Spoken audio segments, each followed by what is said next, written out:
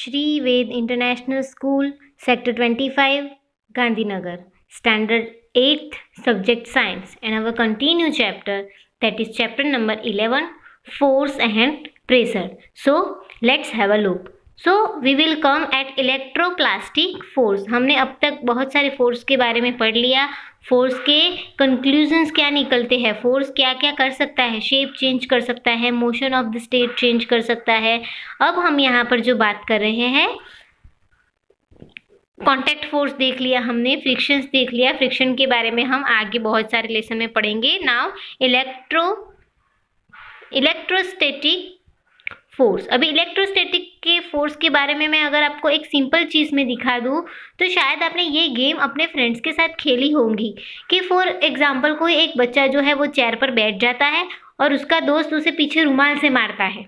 ठीक है, ये एग्जांपल टेक्स्ट बुक का ना समझाते हुए मैं आपको दूसरा समझा रही हूँ. वो उसे टेक्स्ट बुक से मारता है, रुमाल से मारता है. फिर हम उससे टच करते हैं जबकि जो पर्सन चेयर पर बैठा हुआ है, तो हमें थोड़ा शॉक लगता है. क्या लगता है? शॉक लगता है. तो वहाँ पे क्या होता है, फोर्स की वजह से, रुमाल से कंटिन्यूसली उसे मारने की वजह से थोड़ा इलेक्ट्रिक थिंग यहाँ पे कंक्लूड होती है. तो उसी तरीके से जो नेक्स्ट टॉपिक है हमारा है electrostatic force.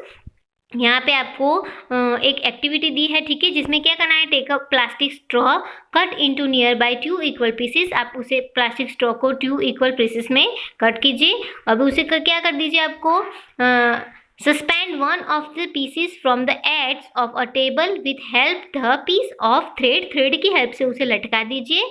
Now hold the other piece straw in your hand and rub. अभी दूसरे हाथ में उसको क्या करिए, रब करिए और स्ट्रो के नज़दीक लाइए. तो क्या करेगा, वो मूवमेंट करने लगेगा. क्या करने लगेगा? मूवमेंट. सो हम यहाँ पर बोल सकते हैं that a straw is said to have acquired accurate electrostatic charges after it has been rubbed with a sheet of paper. जैसे कि एक स्केल लिया आपने, अपने हेयर पर घिसा, ठीक है, हेयर पर घिसने के बाद आप उसे पेपर के टुकड़ों के पास ले जाते हो, तो वो टुकड़े क्या करते हैं, मूवमेंट करते हैं. ठीक है, अभी आप ट्राई करो, स्केल लो, अपने हेड पर घिसो और पेपर के पीस के पास ले जाओ, छोटे छोटे टुकड़े, तो वो मूवमेंट करेंगे. तो यहाँ पर आप कोई भी टाइप का फोर्स नहीं लगा रहे हैं, बट आप वो थिंग को रब कर रहे हैं. रब के ऊपर आपका फोर्स लग रहा है और फिर वो इलेक्ट्रिक की हेल्प से वो मूवमेंट करता है. तो हम बोल सकते हैं that such straw is an example of a charged body. तब ये बॉडी चार्जेड हो जाती है. जो पर्सन चेयर पर बैठा है वो चार्जेड हो जाता है, स्केल जो है वो चार्जेड हो जाती है. The force exert by a charged body on another charge to uncharged body is known as electrostatic force. तो इस तरीके से जो फोर्स लगता है उसे हम इलेक्ट्रोस्टैटिक फोर्स बोलते हैं. किस तरीके से? that when a charged body forced on uncharged body, these force come into play even when the bodies are not in contact. means ये फोर्स तब भी काम करता है जब दो बॉडीज एक दूसरे के कांटेक्ट में नहीं आती. फॉर एग्जांपल आगे हमने देखा कि अगर हमें किसी की चीज़ पर फोर्स लगाना है तो we have to contact with that thing.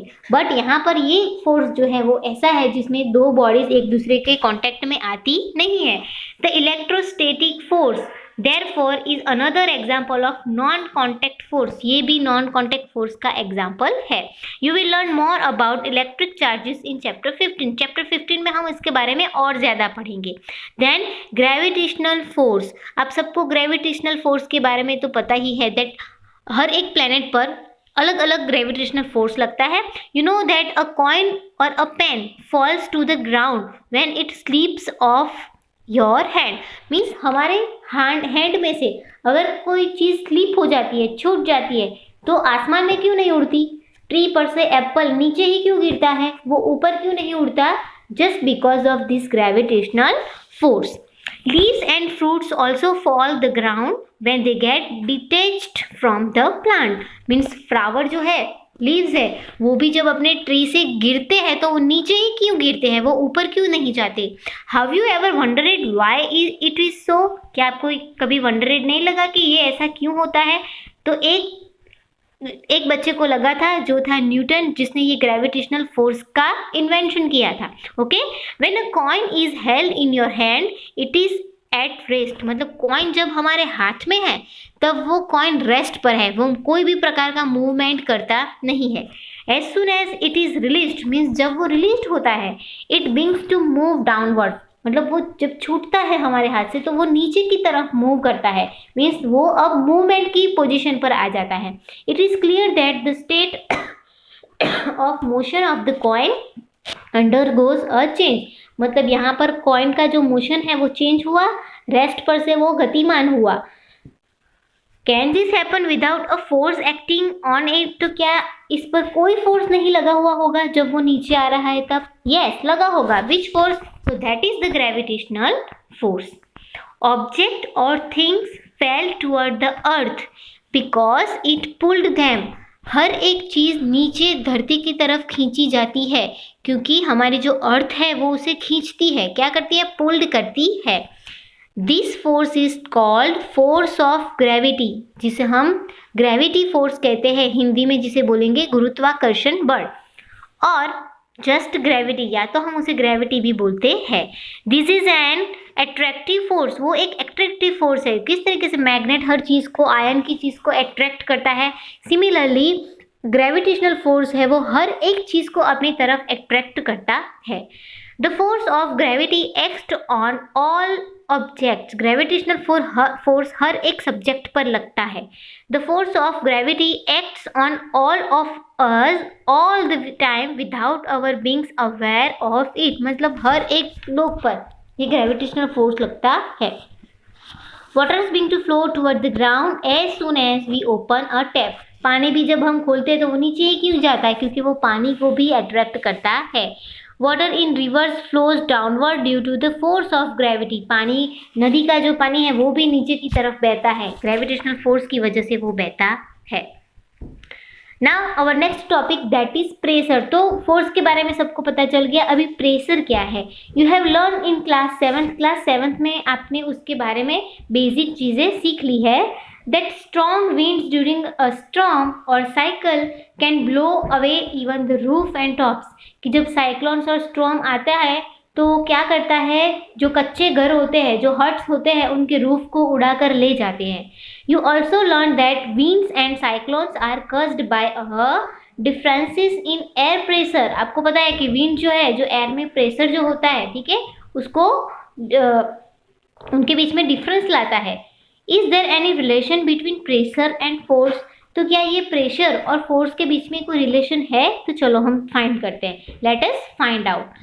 Try to push a nail into a wooden plank by its head, अभी एक नेल लीजिए हाथ में, और ये नेल का जो ये वाला ऊपर वाला पार्ट होता है बेटा, वो उसका हेड पार्ट होता है। आप वो पार्ट को कोई भी दीवार पर या वुडन प्लैंक मीन्स लकड़े के टुकड़े पर आप उसको लगाइए।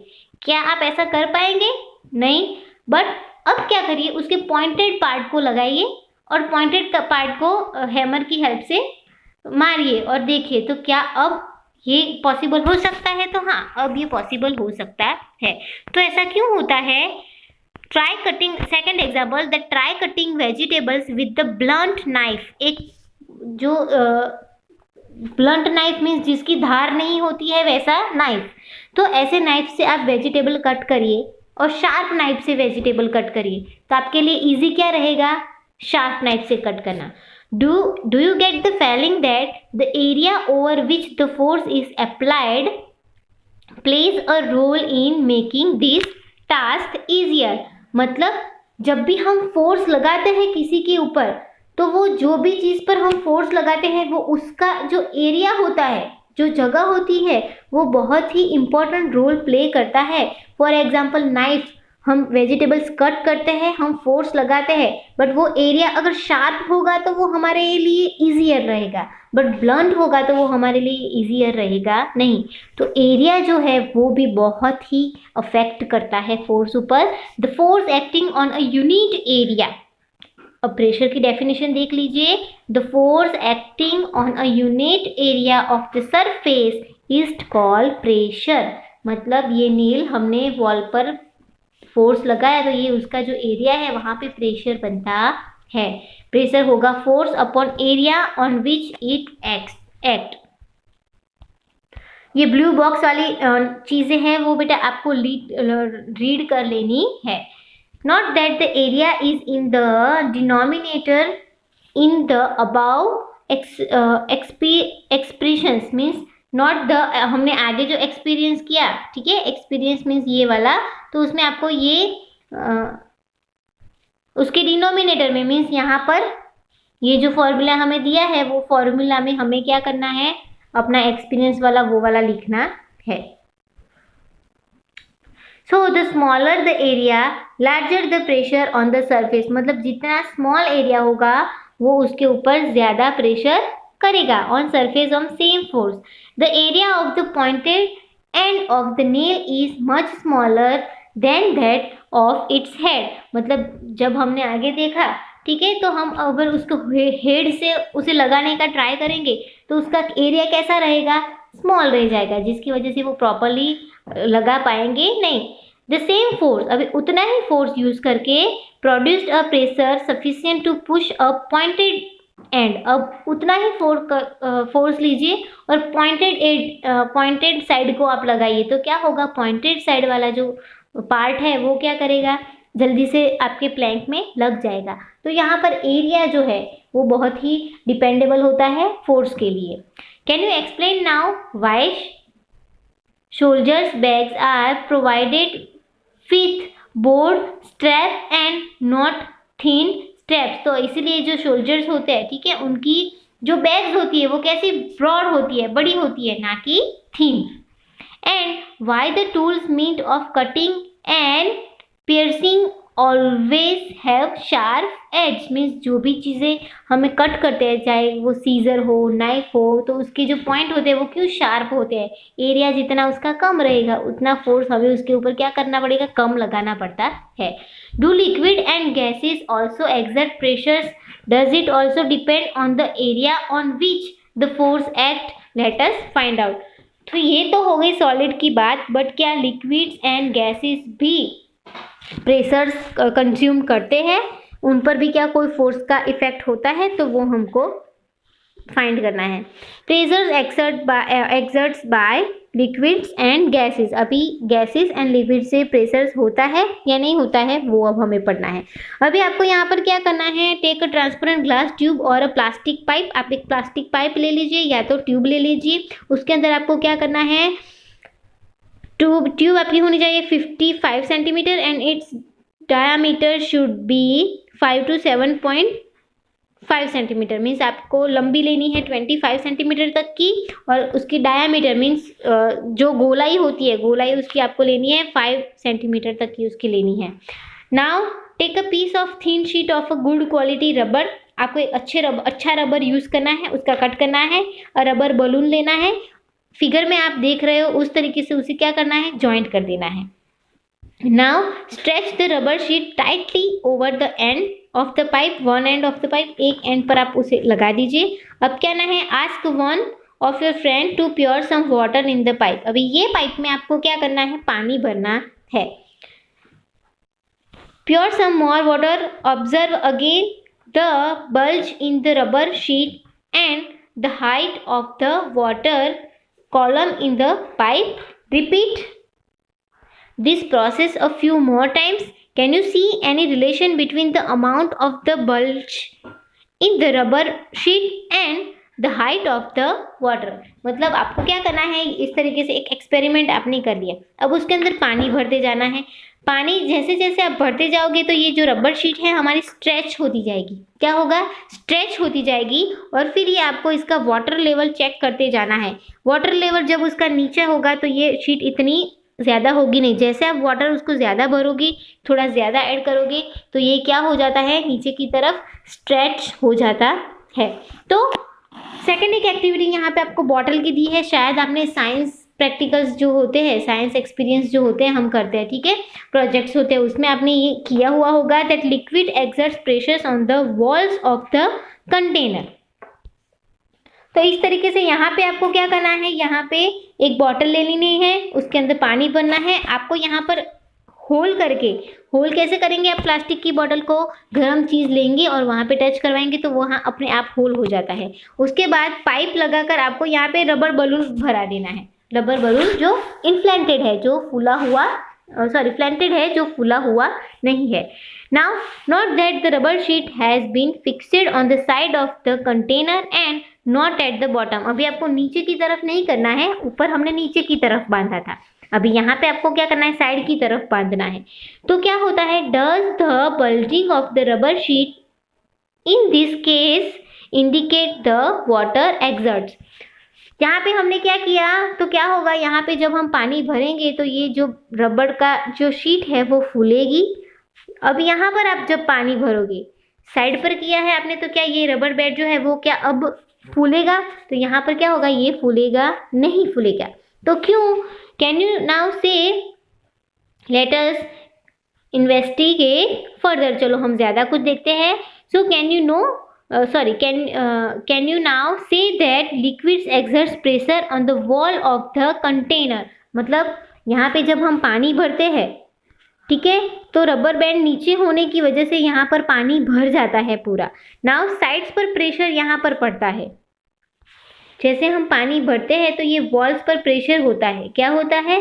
प्रेशर होता है। जो यहाँ तक हमने पानी भर दिया, उसके बाद थोड़ा सा पानी यहाँ पर चला जाएगा, तब उसका एंड पॉइंट एक आ जाता है और पानी ऊपर की तरफ रहता है, तो यहाँ ज़्यादा ये जो बलून होता है वो ज़्यादा फूलता हुआ नहीं है।